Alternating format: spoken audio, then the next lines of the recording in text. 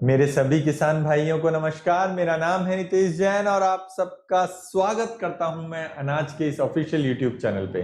दोस्तों, आज के इस वीडियो में हम आपको जानकारी देंगे अडामा कंपनी की 2,4-D मेन दवाई के बारे में। जी हाँ दोस्तों, 2,4-D का तो आपने खूब नाम सुन रखा है, लेकिन 2,4-D मेन क्या भला है, इस वीडियो के माध्यम से आपको इस दवाई की तमाम तरह की उपयोगिता हम बताएंगे। इसके टेक्निकल नाम के बारे में जानकारी देंगे, इसकी डोज के बारे में हम बताएंगे कि कितनी मात्रा में आपको 2,4-D मेन दवाई लेनी है, कितने लीटर पानी में इसका घोल बनाना है, कितने एकड़ खेत में आपको इसको दवाई को इस्तेमाल में लेना है, कौन सी फसल में इस्तेमाल में लेना है, अन्य कोई दवाई मिलानी है या नहीं मिलानी है, कौन से मौसम में करना है, कौन से समय करना है, और ये दवाई क्या क्या काम करती है कौन सी फसल में। ये सारी महत्वपूर्ण जानकारियां देंगे दोस्तों वीडियो के मध्य में, और वीडियो के अंत में 2,4-D मेन दवाई करते समय आपको क्या क्या सावधानियां रखनी है, इन सब के बारे में भी जानकारी देंगे। तो दोस्तों बने रहिए हमारे साथ में। अगर अभी तक भी वीडियो को लाइक नहीं किया है तो सबसे पहले लाइक कर दीजिए। आइए दोस्तों शुरुआत करते हैं वीडियो की कि 2,4-D मेन दवाई का उपयोग आप मुख्य रूप से मक्का, गेहूं, आलू, गन्ना, जलीय खरपतवार की फसल में कर सकते हैं। जी हाँ दोस्तों, जितनी भी तरह की जलीय खरपतवार होती है उन सब में आप 2,4-D मेन दवाई का इस्तेमाल कर सकते हैं। इसका मतलब, इसका टेक्निकल नाम है 2,4-D अमाइन सॉल्ट 58% SL। जी हाँ दोस्तों, 2,4-D दो तरह की होती है, 2,4-D 36% और 2,4-D 58%। 58% वाली 2,4-D बहुत ज्यादा ताकतवर होती है, 38% वाली से सवाई या 1.5 ताकतवर होती है। और क्या क्या डिफरेंस होता है और क्या क्या विभिन्नताएं होती है ये बताएंगे हम वीडियो के महत्वपूर्ण बातों के हिस्से में, लेकिन उससे पहले जान लेते हैं इसकी डोज। जी हाँ दोस्तों, 2,4-D मेन की डोज है 400 ml प्रति एकड़। जी हाँ दोस्तों, मात्र 400 ml एक एकड़ में आपको दवाई इस्तेमाल में लेनी है, और एक एकड़ में आपको 10 स्प्रे टैंकों का इस्तेमाल करना है। तो एक एकड़ में अगर आपने 10 स्प्रे टैंक लगाए तो एक स्प्रे टैंक में आपको 40 ml दवाई लेनी है, और 40 ml अगर आपने एक स्प्रे टैंक में ली तो 400 ml प्रति एकड़ के हिसाब से आपका डोज हो ही जाता है।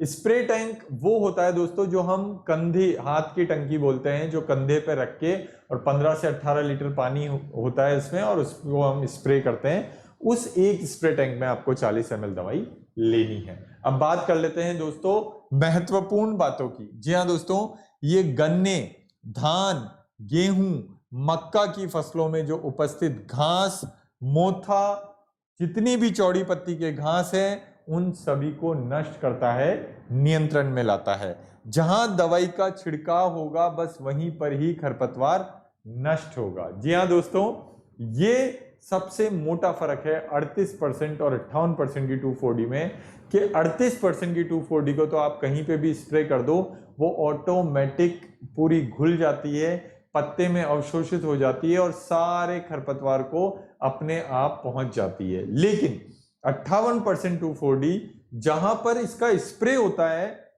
वहीं पर ही खरपतवार को ये नष्ट करती है। जहां स्प्रे छूट जाता है वहां पर खरपतवार नष्ट नहीं हो पाता है। धान में बेहतर परिणाम के लिए बिस्पायरीबैक सोडियम के साथ मिलाकर उपयोग में ले लें। जी हाँ दोस्तों, अन्य खरपतवार के साथ में मिलाकर भी आप इसको उपयोग में ले सकते हैं, जैसे धान में बिस्पायरीबैक सोडियम के साथ में, गेहूं में आप क्लोडिनाफॉप या मैट सल्फुरान के साथ मिलाकर गेहूं में उपयोग में ले सकते हैं। और दोस्तों, बारिश के समय सिलिकॉन चिपको का इस्तेमाल जरूर करना है, जो एडजुवेंट होता है, जो गोंद जिसको हम बोलते हैं, उसका उपयोग आपको जरूर करना है, तभी आपको परिणाम बहुत अच्छा मिलेगा। दवाई को उचित नमी होने पर ही आपको प्रयोग करना है, मतलब नमी में ही आपको प्रयोग करना है। अगर खेत में नमी नहीं है, पैर अगर खेत में नहीं ठहर रहा है, तो आपको उपयोग में नहीं लेना है, वरना आपकी फसल पे भी झटका पहुंच सकता है। और दोस्तों, इसकी मात्रा का आपको जरूर ख्याल रखना है, क्योंकि इसका परसेंटेज ज्यादा है तो आपको ज्यादा मात्रा में दवाई नहीं लेनी है, वरना फसल जल भी सकती है। ये दोस्तों एक फ्यूमिक बनाती है और इसी वजह से कचरा तुरंत मरता है, और इसका परिणाम आपको 38% वाली 2,4-D की अपेक्षाकृत बहुत जल्दी मिल जाता है और इसका परिणाम भी आपको बहुत अच्छा देखने को मिलता है। ये कुछ घास है जो हमने यहाँ चित्र के जरिए बताई है और उसका नाम भी लिखा है कि कौन सी घास का जो हम नाम लेते हैं वो दिखने में कैसी होती है। जैसे कि मैंने यहाँ पर नाम लिया कि चौड़ी पत्ती वाली घास या मोथा घास, तो ये दिखती कैसी है? तो चौड़ी पत्ती वाली घास ऐसी दिखती है, मोथा घास ऐसी दिखती है। तो आप ये चित्र देखकर समझ सकते हैं कि हम कौन सी घास की बात कर रहे हैं। जैसे चौड़ी पत्ती वाली घास, ये मोथा घास, तो हम इन घासों की बात कर रहे हैं जो 2,4-D मेन मारती है। और ये तमाम दूसरी घासें भी हैं जिनका हमने नाम के साथ साथ यहाँ फोटो लगाया है ताकि आपको समझने में आसानी हो कि कौन सी घास किस तरह की दिखती है और जो हम नाम लेते हैं वो घास का चित्रण कैसा होता है। अब बात कर लेते हैं दोस्तों सावधानियों की। सावधानी रखना बेहद जरूरी है दोस्तों। सावधानी हटी दुर्घटना घटी। जी हाँ दोस्तों, बच्चों की पहुंच से ये दवाइयां दूर रहनी चाहिए। खाली जो बॉटल होती है, भरी हुई जो बॉटल होती है, इसको कभी भी आपको इस्तेमाल करने से पहले अच्छे ढंग से हिला लेना है और बॉटल के कोनों में जो दवाई जमी रहती है इसको आपको पानी डाल के निकाल लेना है ताकि दवाई का पूरा आप प्रॉपर यूज कर सकें। हाथ के दस्ताने, मुंह पे मास्क लगाकर ही आपको स्प्रे करना है।